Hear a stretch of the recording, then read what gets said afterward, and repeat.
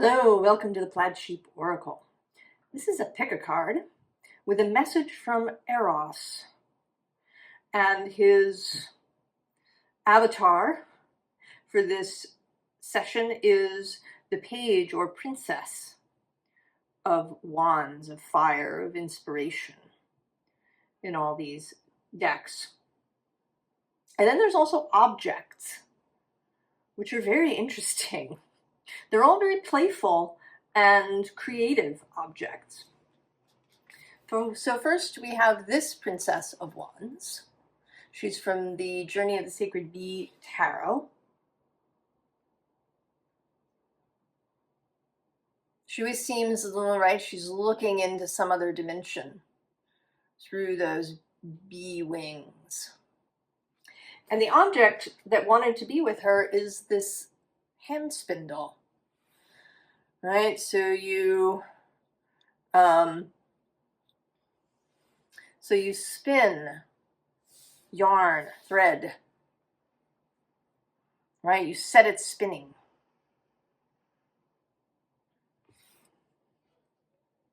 It's what everyone used before they invented the spinning wheel.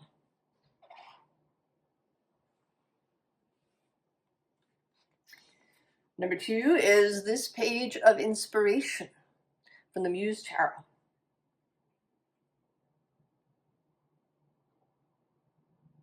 Definitely the conduit, the messenger.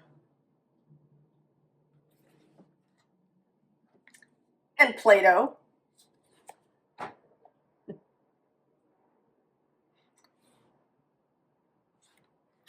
Then we have this Princess of Staves from the Goddess Tarot. She always looks a little unsure to me, or at least, very much the novice starting out. It's like she's been through some sort of initiation and they gave her her wand and now she's kind of out there on her own, coming to terms with this. And she got this weirdness. Okay, so someone I knew got a package, and the packing material was these little fuzzy balls. And I threaded them together. I sewed them together with thread to make this puffy ball. And it's just sort of fun, right? You can throw it around, it kind of hangs around. Actually, there's a smaller one onto which I stuck a pair of googly eyes. But that's not the one that wanted to come out. It was this one, this big one. And then we have this page of wands from the Lightseer's Tarot. Certainly excited. Ready to go. Exuberant. And she came with this fan that I have had just forever and ever. Since childhood. I don't know who gave it to me or where it came from. But it's made of silk that's been painted. And so it's kind of an interesting contrast to this page, who's got a lot of movement and momentum. And this fan kind of calls to mind, being by the water and, on a hot day, and you're just sort of fanning yourself and relaxing. So I don't know. We'll see how that goes. I mean, there's other things, right? There's these candles. I don't know if you can see them on the camera. There's these white candles that are kind of sailing off into the night. There's what I think is a turtle and a fish. So we're going to see what. Now, each pile has 4 oracle cards, and then we're going to do tarot live. And I'm going to show you, just before we start, the bottom of each of these oracle decks that was left after I shuffled. And I'm not going to talk about it, I'm just going to show them to you. We have the Angel Gate. Cleansing, protection, blessing. Appelbeer, fruit bearing. Offerings.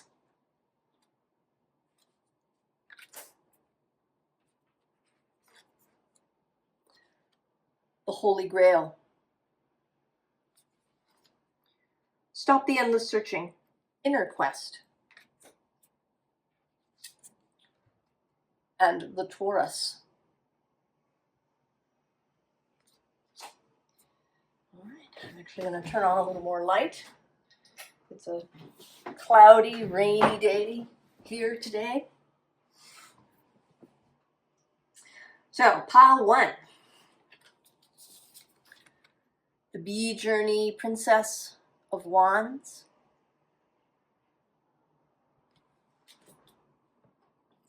And the Drop Spindle.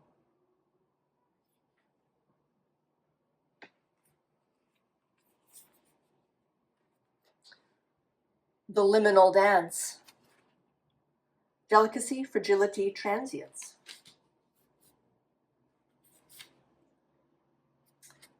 Scythel. You may also know it as Solu. Sun, Life Force.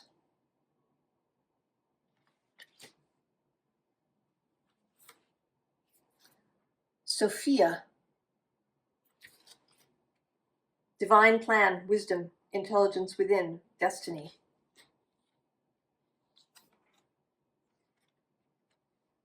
And Overwhelm.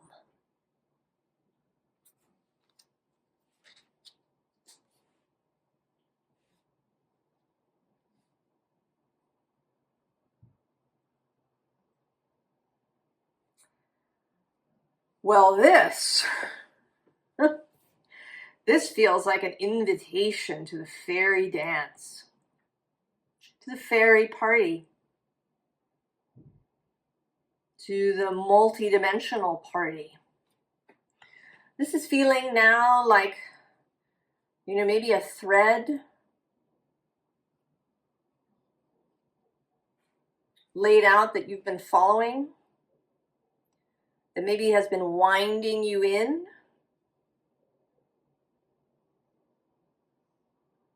And then maybe it's you, it's your own soul who has been creating this thread for you to follow. So Eros, the reason I'm doing an Eros reading is because he is conjunct the sun. He was quite close to the new moon in Sagittarius, and he's going to be almost exactly conjunct the sun for the Gemini full moon that happens on the 15th.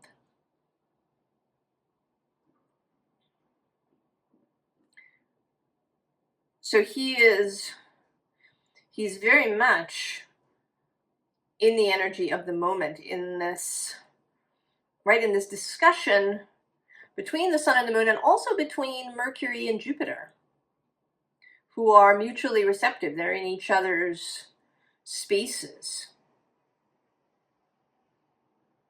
And they have a long conversation because they're both moving retrograde in their respective spots. So they're going to meet in opposition several times. They've done it twice now, and there's going to be a third exact opposition.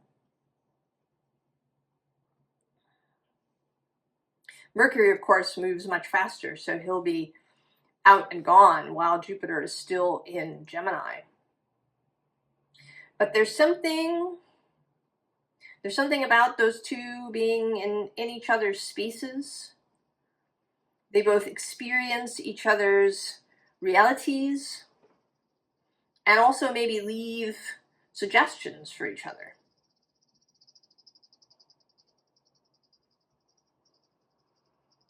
And you are being invited into this liminal dance. I see this as and certainly as a portal, as it is meant to appear, into this kind of fairy dance, right? Where there's all this life force happening. Maker of all things, force of warmth, melting, ice to release physical existence, imbued with being, the life-creating light that shines and shifts. This nomadic force fights to remain in this, that, and flowing. To step with the sun is to sail the cosmic sea and be as light and alive as a precious jewel pinned upon the rolling sky above. And then, of course, Sophia, divine wisdom.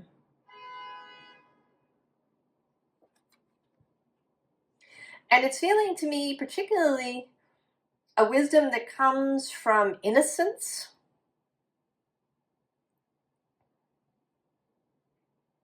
a kind of native wisdom, natural to each of us. The intelligence within, you know, we have it, right? We are conceived and our body develops. In the womb, there is that intelligence happening. Not about intellect, but about this wisdom of soul and energy and consciousness. And then with overwhelm, which kind of, right, these two cards have a similarity. I want to say there's some advice here to allow yourself to be overwhelmed. You know, I kind of see it as you being enveloped in this rose, which might at first feel overwhelming. I think we live really restricted lives in terms of, right, what we're really willing to experience, to feel. That we're really very buttoned down. Even if we think we're not. You know, maybe we think we're really, you know, out there. We travel a lot. We experience things. We, you know, eat all kinds of things. And yet I think there is some constriction of the spirit. Not of the soul, but of kind of the human spirit. That it's the human self that is living in this restriction. And this Eros moment wants to right, shoot this life force through you. For you to feel the, right, this power of, right, the maker of all things. To experience that.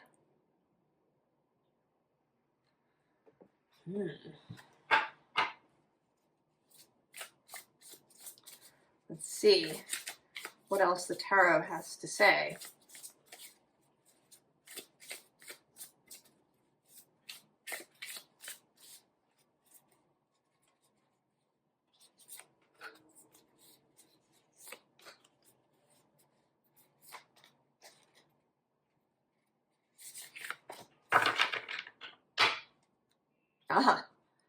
Six of Wands, victory on the bottom. Who's right under that? Oh, the moon.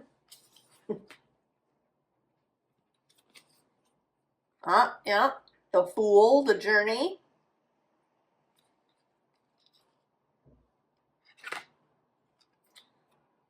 The Knight of Cups, for sure. Oh, Death.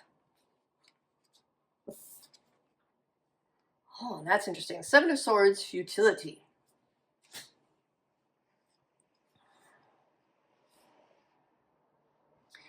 And it's interesting, right? These four cards, as you can see, they're sort of all kind of blue and green. And then there's this red. And yet it, you know, it's in the Sword card, it's in the futility card.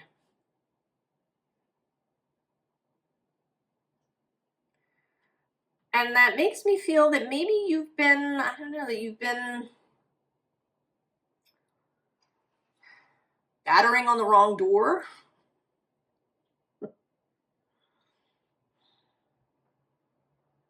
Right? I have this image of you, you know, sort of banging your fists on a door to be let in, to be let through, but that it's the wrong door. And that no amount of battering, you know, no amount of poking it with your horn is going to open it. So this might be, I mean, maybe this is a manifestation practice that you've been doing, or even a divination practice, or a magical practice. And it's not going where you want it to go because you're not actually allowing this maker of all things force to run through you.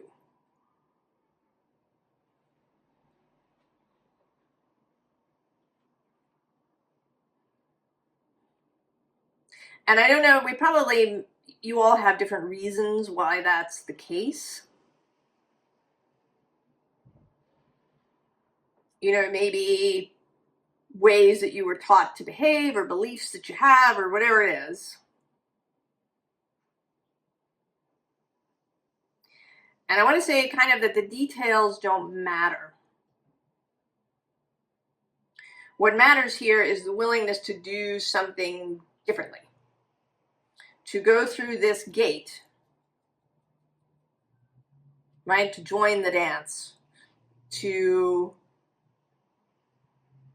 you know, maybe to have beginner mind. It's possible that if you've been on this spiritual journey thing for a while, that you encountered teachings about manifestation and these kinds of things, and that you got kind of narrow about it. You know, it has to be this way, maybe, as an example. And that you're being asked to see it knowing, right, I know nothing. Right? I'm going to follow the thread that's kind of pulling me forward. You know, even if I have a strange idea that seems in contrast to what I really believed, an experience that I had yesterday. Right? The willingness to go on the journey, to say, you know, I don't know. I didn't think this was how it happens, but, you know, who knows? Maybe I'm wrong. Right? And this willingness, I want to say that there's a willingness to really drink this cup all the way to the bottom.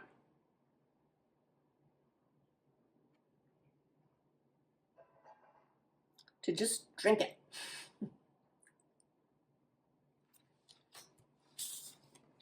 And then to allow that transformation to occur. Allow yourself maybe to be overwhelmed, or at the very least sort of enveloped.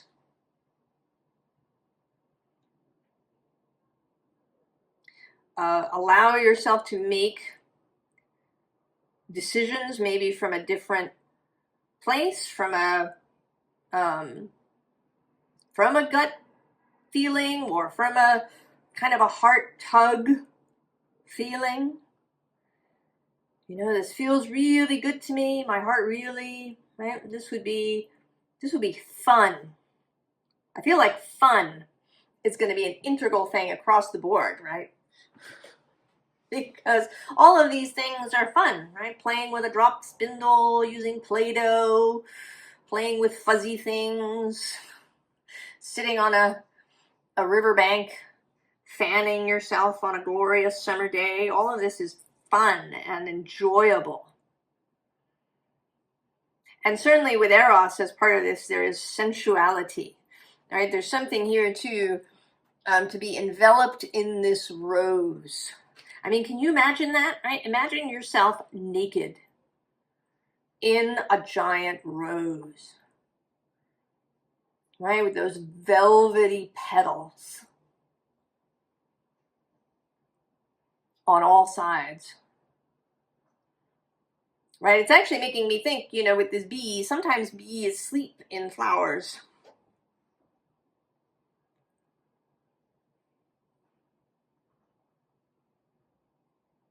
Right? To allow yourself, you know, maybe to drink nectar, to, right? To just go to the dance. To stop battering on whatever door this is that you've been battering on. Right? This will open to the merest touch, to the merest feeling of you as you go through it.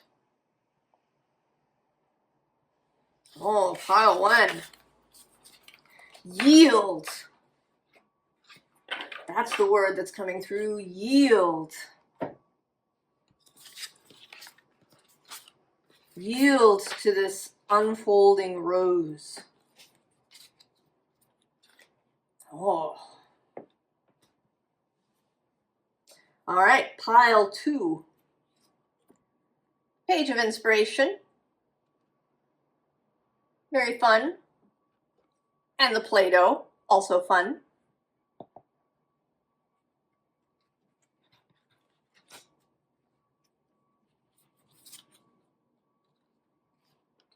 Oh. The Secret of Camelot. The Authority of Spirit. Candle, Daystar.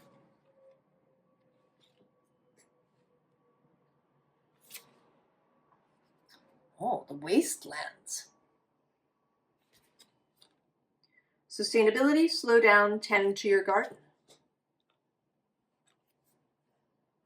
Oh, manifestation. Well, I wonder if that's going to be a theme. Not surprising, really, for Eros.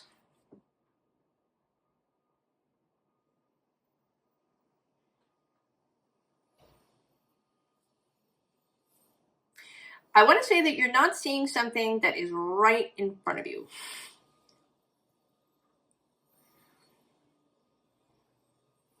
That you are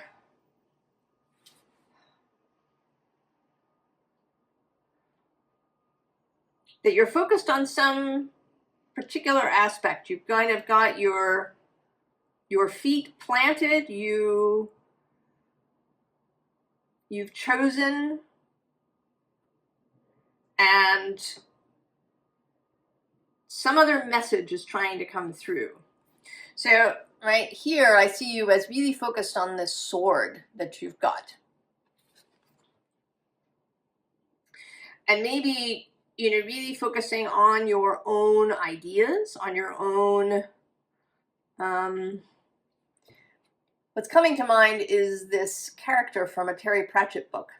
He's actually kind of a Hierophant figure.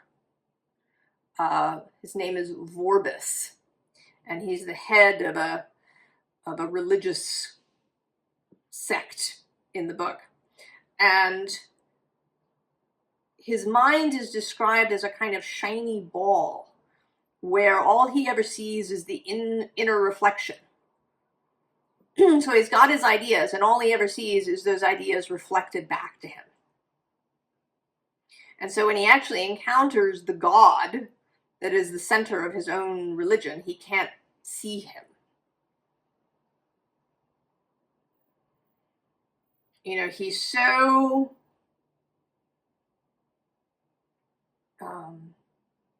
so certain. He has such, you know, he's kind of right. He has a bedrock of certainty.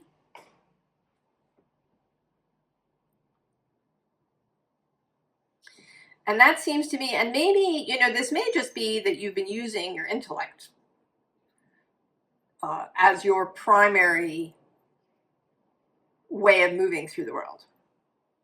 That you try to figure things out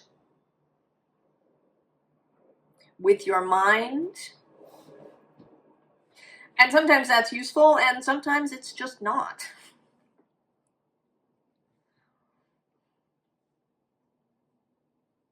especially if you're primarily in sort of the left hemisphere, which sees things in pieces. Right? That's the characteristic of the left. It's not so much that it's logical as that it sees things in pieces. It may see things out of context. It can only see the map and not the actual landscape. And that's how we tend to, right? That's how we learn to see things. We break them down. We learn about the scientific method. Right? We show our work when we do math problems.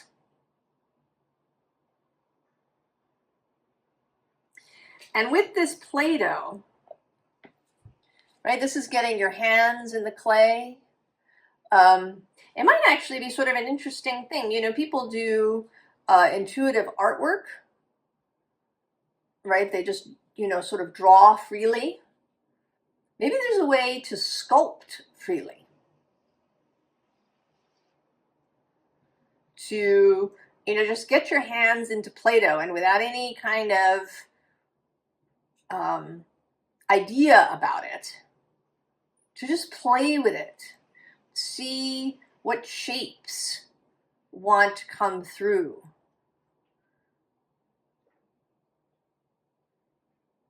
When you, right, when you play with something, you know, Play-Doh or clay or, you know, flour and water dough.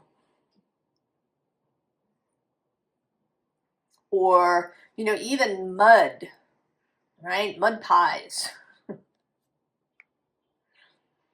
Or if you're, right, if you're somewhere where there's snow,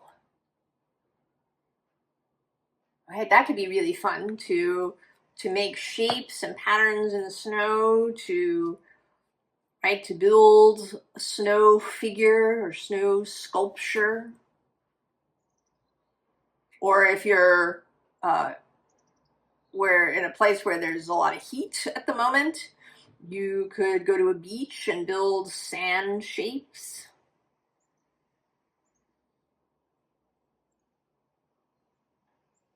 I mean, that's sort of coming through here, you know, right, this parched landscape that your body is sort of parched for inspiration, for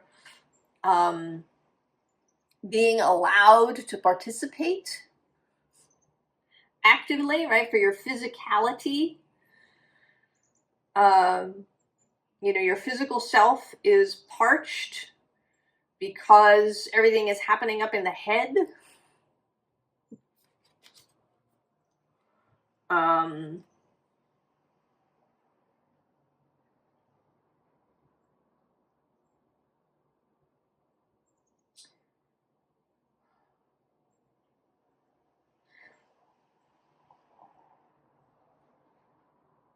And this candle, right, it could be a light that's drawing you forward. Maybe it's an idea that you've had and you haven't followed through on it because it seems a little crazy, perhaps. You know, maybe it is really something very physical when you're normally an intellectual person. Maybe it's an idea to go somewhere. There's been this, you know, I've been having this experience myself of beginner's mind. You know, I've built up a set of things that I believe are true, and I, you know, have found myself poo-pooing other things, and now I've been actively wanting not to, right, to approach things with an open mind. Well, maybe it is. And I listened to a little bit of a video yesterday, and the person was talking about sort of messages. She used the word files that she had left herself in different parts of the world. So that, you know, like some sort of energetic code or bit of information or inspiration that her own soul had kind of put in places around the world. Like it's like an energetic scavenger hunt that maybe, you know, opens you up in those places. And that feels right. This is the Sagittarius season. The sun is in Sagittarius conjunct Eros. This is the Gemini moon that reflects the light of Sagittarius, and it is very much, all right, about travel. So maybe there's something too about that, about maybe you've been wanting to go somewhere and it seems really weird. You know, I've never wanted to go there before. Why am I wanting to go to this? And it could be someplace really, you know, not like Paris. You know, it could be Des Moines or, you know, Austin, Texas, or, you know, Manchester, or something, right? Somewhere that doesn't seem, you know, particularly romantic. You know, or maybe it's someplace in your own town that you've just never been interested in. I don't know, there's something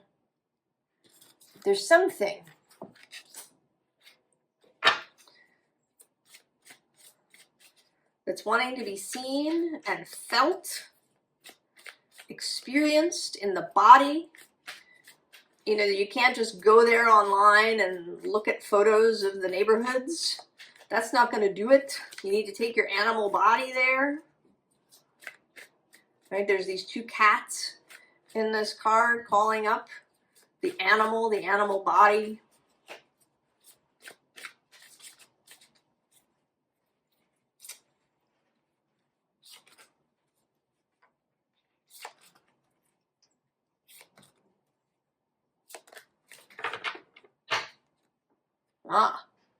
Seven of Swords. Interestingly, this card came out in pile 1 in a different place.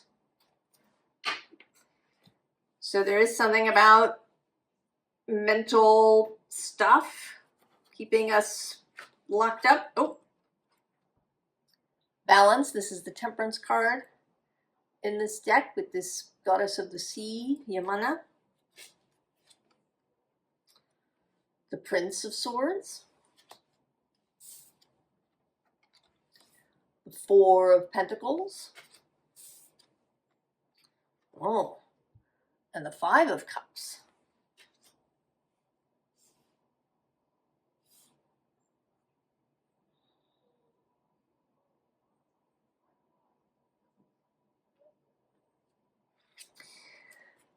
She seems to be the crux of the thing.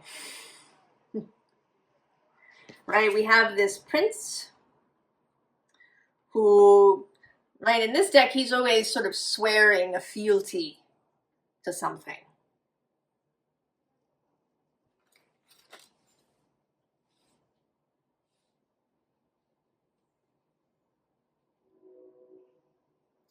And then this 4, right, stability. I think that maybe you have sworn fealty. You have sworn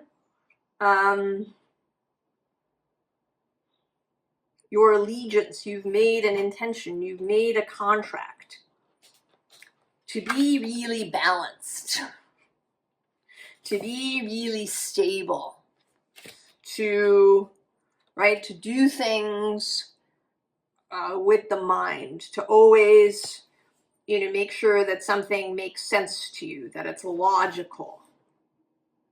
You know, and she's even a little bit, right, she's sort of imbalanced. She's got, you know, she's leaning way over to one side. She's not centered. She's, right, she's off balance. Yeah, who's at the bottom here? Oh, see. Strength with Oya. And she is the goddess of storms. So I'm kind of seeing her now, right, bringing this storm to the scene.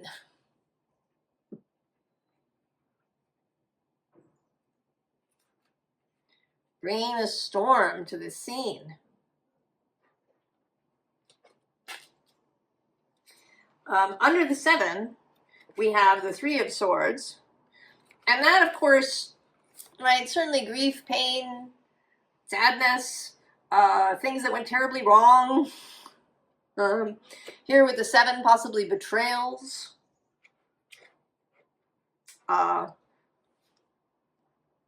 You know, what seemed like egregious errors.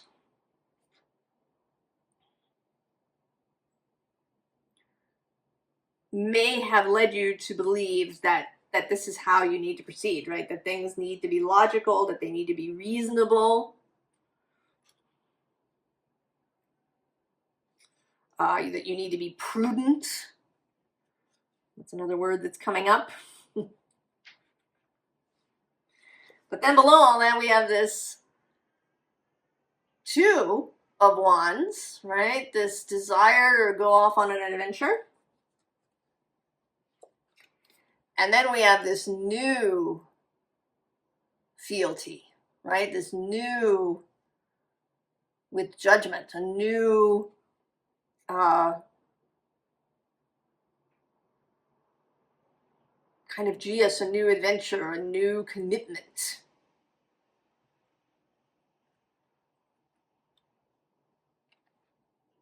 Right? To do something a little, maybe a little crazy. And then we have the 8 of Cups, right? To walk away. So I think, pile 2, that you are being called to do something that might to you seem crazy, right? To submit perhaps to the authority of spirit, to follow this candle, to, you know, get up from this position and follow this water stream. Right? That there is some, you know, because there's also in this card, right, this image here from the ceiling of the Sistine Chapel.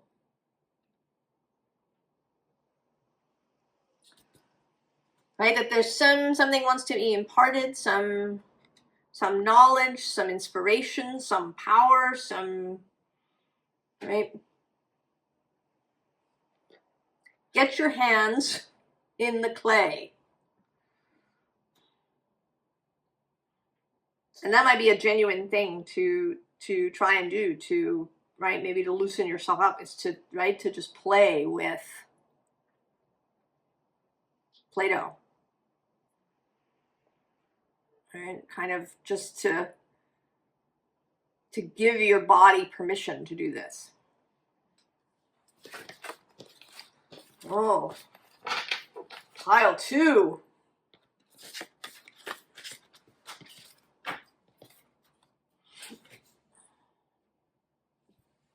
All right, pile 3, which is this Princess of Staves from the Goddess Tarot.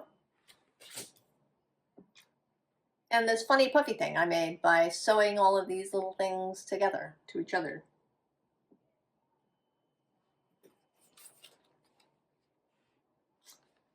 Homeward Traveler. Completion, reunion, return.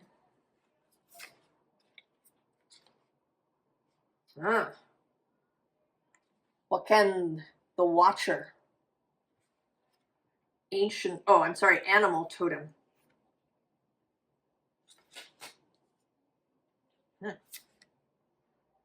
Lineage of the Rose. Oh. Moved by the goddess, here for this. Soul call, gather. Groundedness.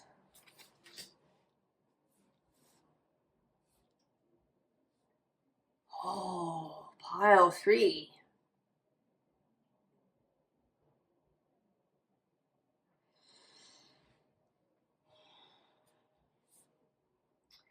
You are being called home. Pile 3.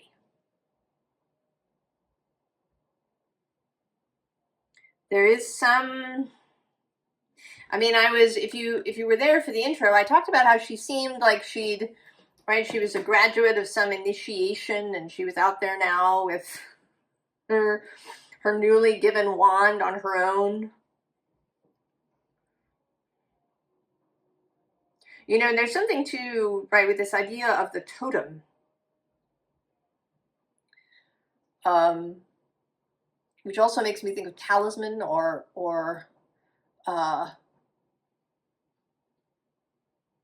because I was thinking of, you know, a stethoscope, right, which is a symbol of a doctor. You know, you become a doctor and you go out there with your own stethoscope.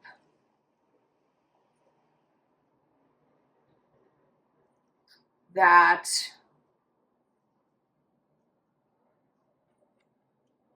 you're being called into some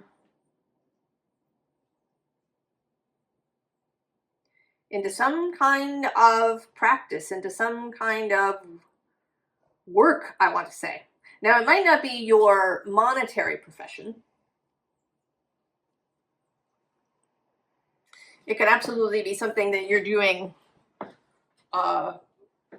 not, you know, not in that way. That is a real vocation, a calling.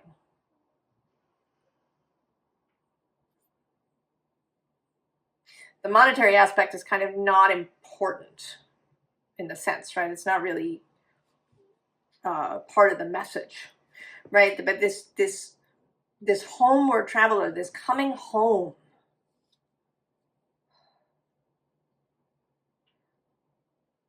I'm also feeling this thread that's coming through all the readings, and not so much necessarily that you need to watch all the readings, but that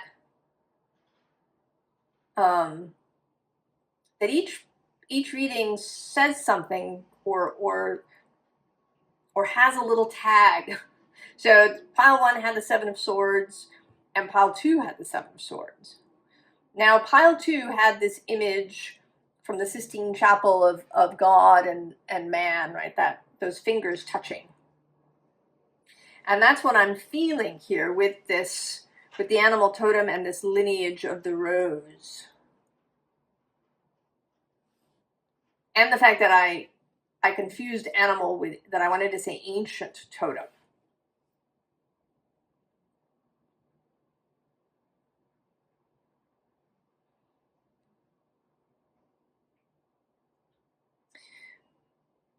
That there's something that maybe you have done in many lifetimes before, or possibly even in only one lifetime before, but is now wanting to come out and to be grounded in you. And that whatever this thing is, I mean, it certainly seems like it's probably some sort of healing practice or divination practice, perhaps, right? A priest, priestess kind of thing. Shaman,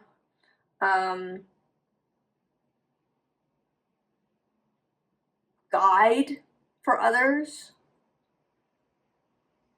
But that there's a very physical component. I mean, both with this sort of animal totem, this animal energy that also kind of comes from pile 2, which has these cats and this sense of the animal body. And this groundedness. So there is an inspiration, a power, a skill, an art, I even want to say, that wants to be grounded in you. That wants to find physical expression through you. And it may be that you're going to be doing something unusual, right? These all came loose individually, and I sewed them together. So that there's something, right? You're going to do something particular that's yours, that's your idea, that's your inspiration. And then it might take you a little bit to kind of feel your way through. And I want to say, not figure it out. This isn't really, this is not an intellectual exercise of, you know, maybe making lists of healing modalities, or, you know, making lists of your own skills and trying to figure out what this is. This is about, right, heeding the call, going home.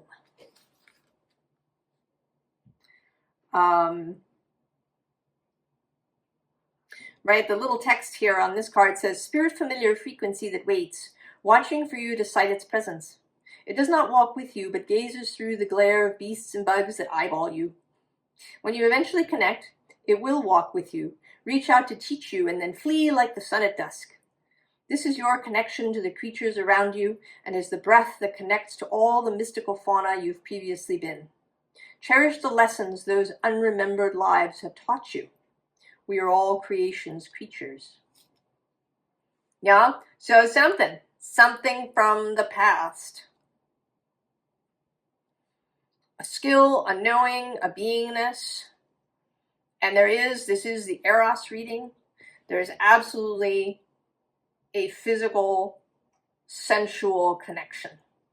This is not, I'm rarely very definitive, but I'm going to say this is not connecting to people online and doing Zoom meetings. This is something sensual. Right? It could be, you know, cooking for people in a way that is deeply healing. Or it could, in fact, be making art that has, you know, that really affects people emotionally. But it's, right, it's physical art. It's something, you know, that maybe people can touch and play with. Maybe it's teaching people some physical thing, teaching them to knit, or teaching them to sculpt, or to, you know, throw clay on a wheel. So passing on this way, and that, right, that this is something that you did. And I'm going to say sort of definitively in a past life. Whoa. These are getting deep, these erotic readings.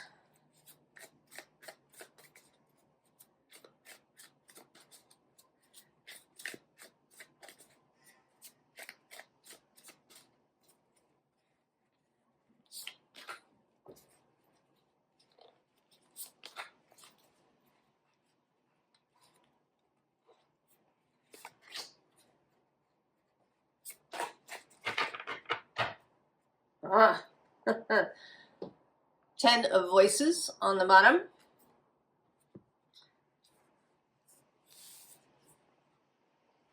Oh, yeah, Queen of Emotions. 4 of Inspiration. The Emperor. And the 3 of Emotions. Well, I'm going to add that this might be something done in a group. Right, because we do have this lineage of the rose. There's, you know, a bunch of people here. All right, there's both the 4 of Inspiration and then this 3 of Emotions. So it may indeed be something done in a group.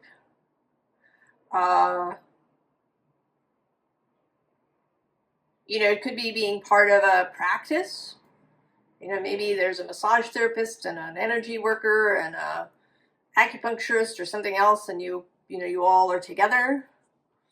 Or maybe, you know, maybe it's creating like an in-person experience for people. There's these apps now that you can download where you can sign up and it will, you know, it asks you a bunch of questions about various sort of preferences that you have. And then it'll send you out to have dinner with 5 other people. somewhere in your neighborhood. So it's designed to connect people in real life. And to do it in this, breaking bread together way. So it might be something like that, where you create experiences for people. And maybe they're, food doesn't necessarily have to be involved. I also knew someone who used to do these in-person sound experiences where you'd go and you'd lie and you'd listen to, maybe a,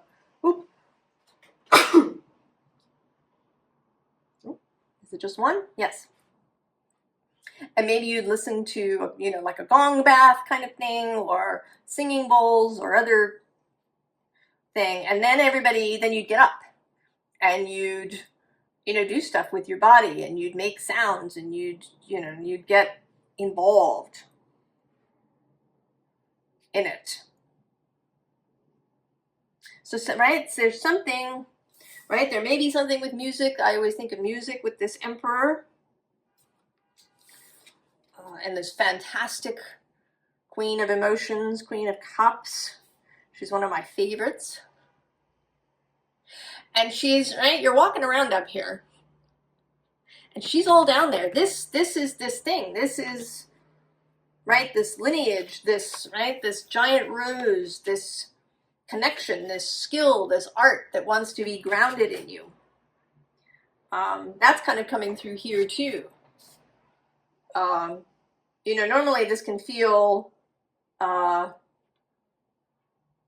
challenging, kind of intense, 10 of Swords, but it is the 10 of Voices, and I want to say that it's almost like that it's, that maybe it's these voices from the past, the voices of your past lives, the voices of the people that you did this with in the past. If you were some sort of mystical circle, I don't know. Maybe you were, a musical troupe that traveled around and played and told stories.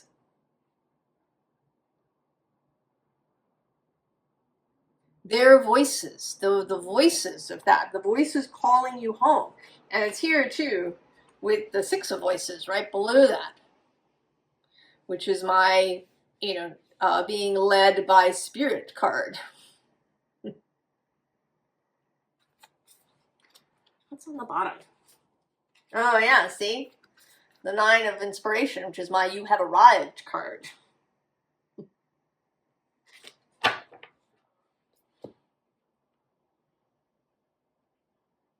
You are ready to go. You are this, there's this call. I think that you've heard it already if you're here. And that it may simply require that you put together something that you didn't know could go together. This too, there's a kind of this is my United Will card.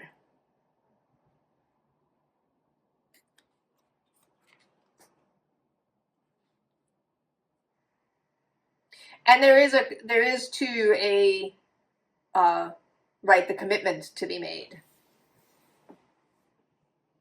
to do it. To accept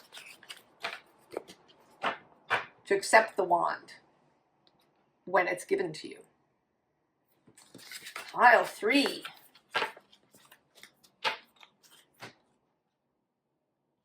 All right, pile 4 has this Page of Wands, Lightseer's Tarot. And this silk fan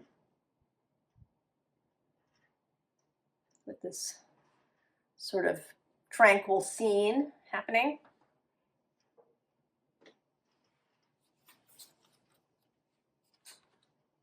The Gathering.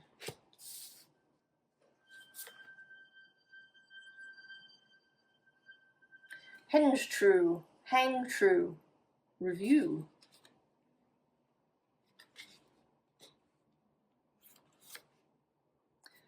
the fertile void. Oh. Inner winter, rest, patience, potency, secret beginnings.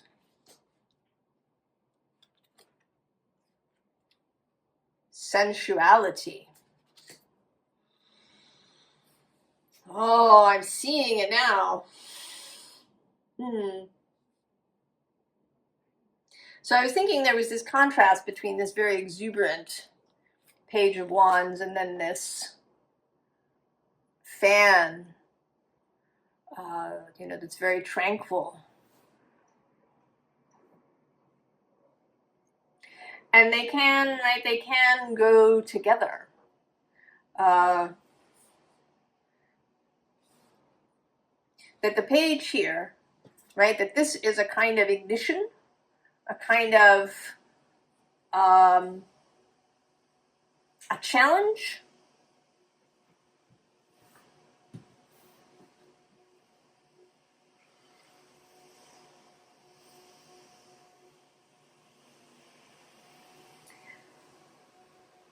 There, I was saying in the last row that there's a kind of an interesting thing where each pile contributes something to the next pile. And here in pile 3, there was a thing about maybe a group endeavor. And here there is a sense of a gathering that's going to break up, not permanently. But I sort of see this as a culmination, right? The culmination of some sort of ceremony. And then everybody's going to go their separate ways.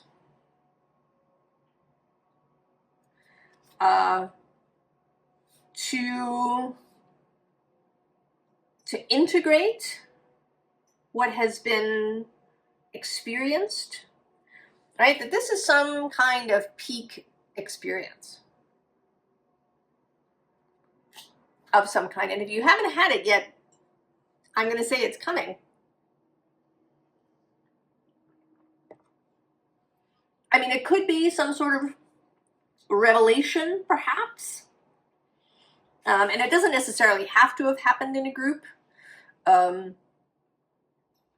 You know, maybe it did, or maybe you know other people who have done something similar or who've had a similar experience.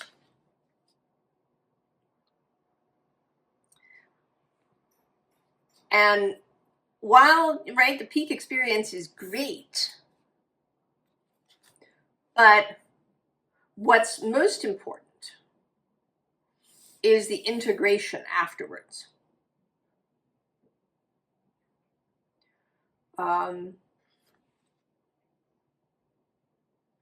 So this card kind of talks about a little bit about Odin's hanging in Yggdrasil for 9 days. So he makes a bargain, and he does 2 things. One, he gives away one of his eyes, and the other is to hang in Yggdrasil for the 9 days. He kind of, as he says, he sacrifices himself to himself. And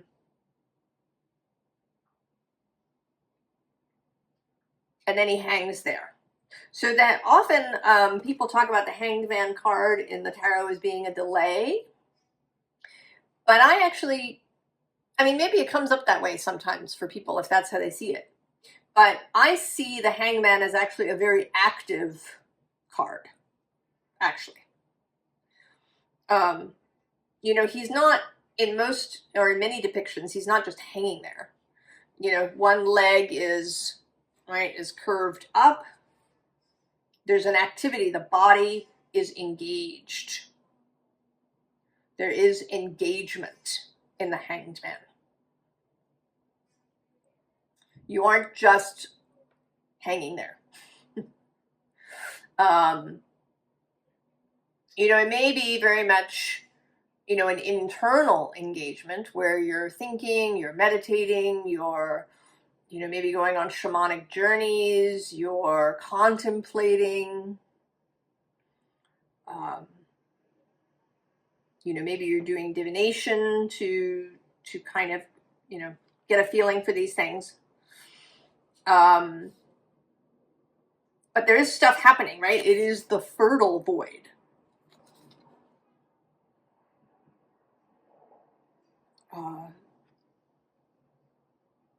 You know, it's like winter. It looks, you know, as if nothing's really going on, right, on trees and plants. But in fact, there's stuff going on. And if you pay attention, you know, even now, there are some trees that already have the formation of their spring buds beginning. And certainly by mid to the end of January, or whenever your winter space is, there are buds on the trees. Right? These secret beginnings that if you're not going out and really focusing on this and paying attention, you're going to miss it.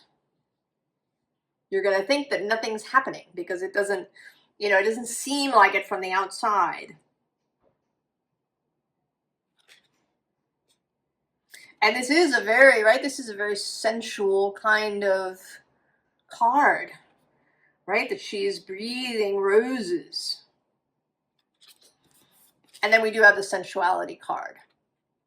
So I think that whatever this integration is, post this experience, you know, I don't know if it's a peak experience with source in some way, or if it's like a download or a revelation, or you know, you're part of some ceremony or ritual and it opens something in you in some way. You know, maybe you do ayahuasca or something.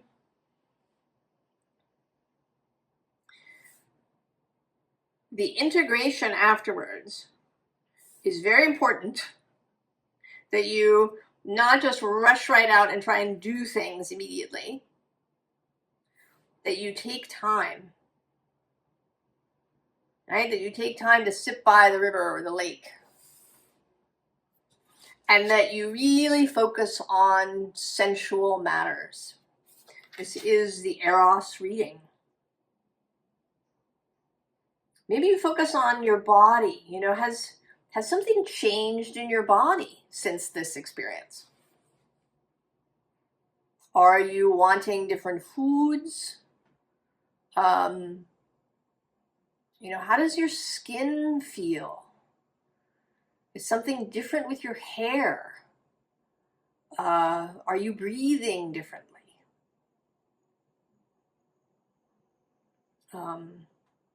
You know, are you wanting to touch people?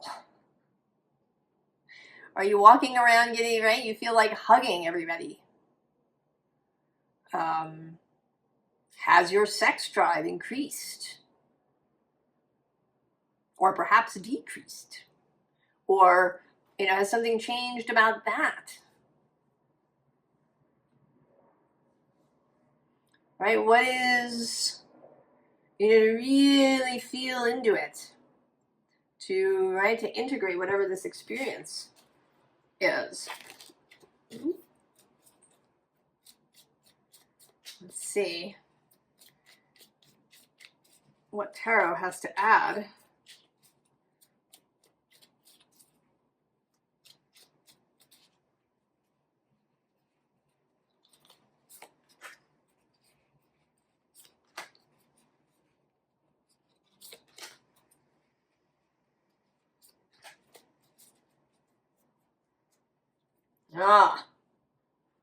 Strength, and this particular strength where there is a kind of transformation in progress,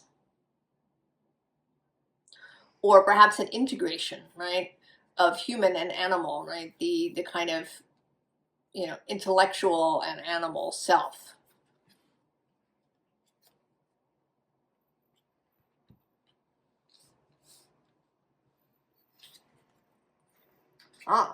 Queen of Swords, Temperance, the Hermit, and the Star. Oh my goodness. Well, all right, you can see you're sitting in all of these, right? You are sitting down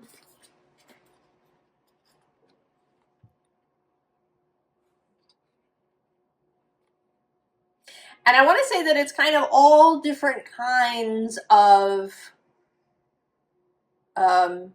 different facets of integration, right? We have the intellectual, right, where we can think about and experience and what it meant to us. We actually have this animal thing going on in the Strength card, right? What's happening in the body.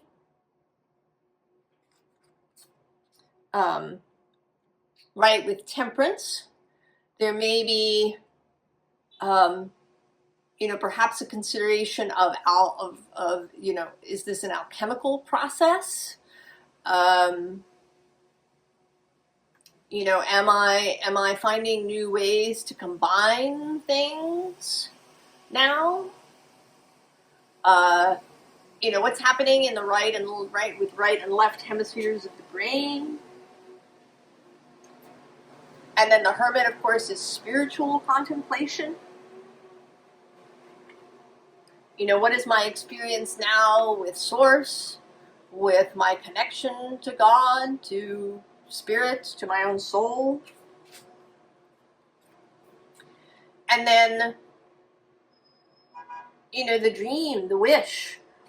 You know, where does this reveal to me about my direction? What can I see clearly now about my direction that I couldn't see before? And I noticed the bottom of the deck has the Seven of Swords. And this came out in two other piles. And actually right next to that is the Ace of Wands. So this idea that there's been mental confusion that may have a lot to do with previous programming, previous belief systems, ways that we kind of can sometimes manipulate ourselves in order to stay on what we may think of as the straight and narrow. Yeah. There is definitely a thread running through all of these of breaking out of something, releasing some particularly mental constriction around the body, around sensuality, around Eros, the erotic. And for you, there is some integration that will need to happen, or that would serve you really well to do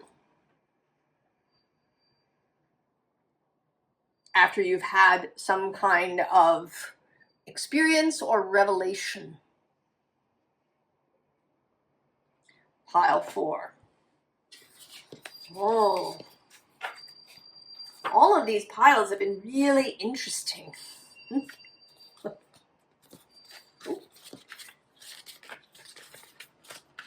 Really interesting.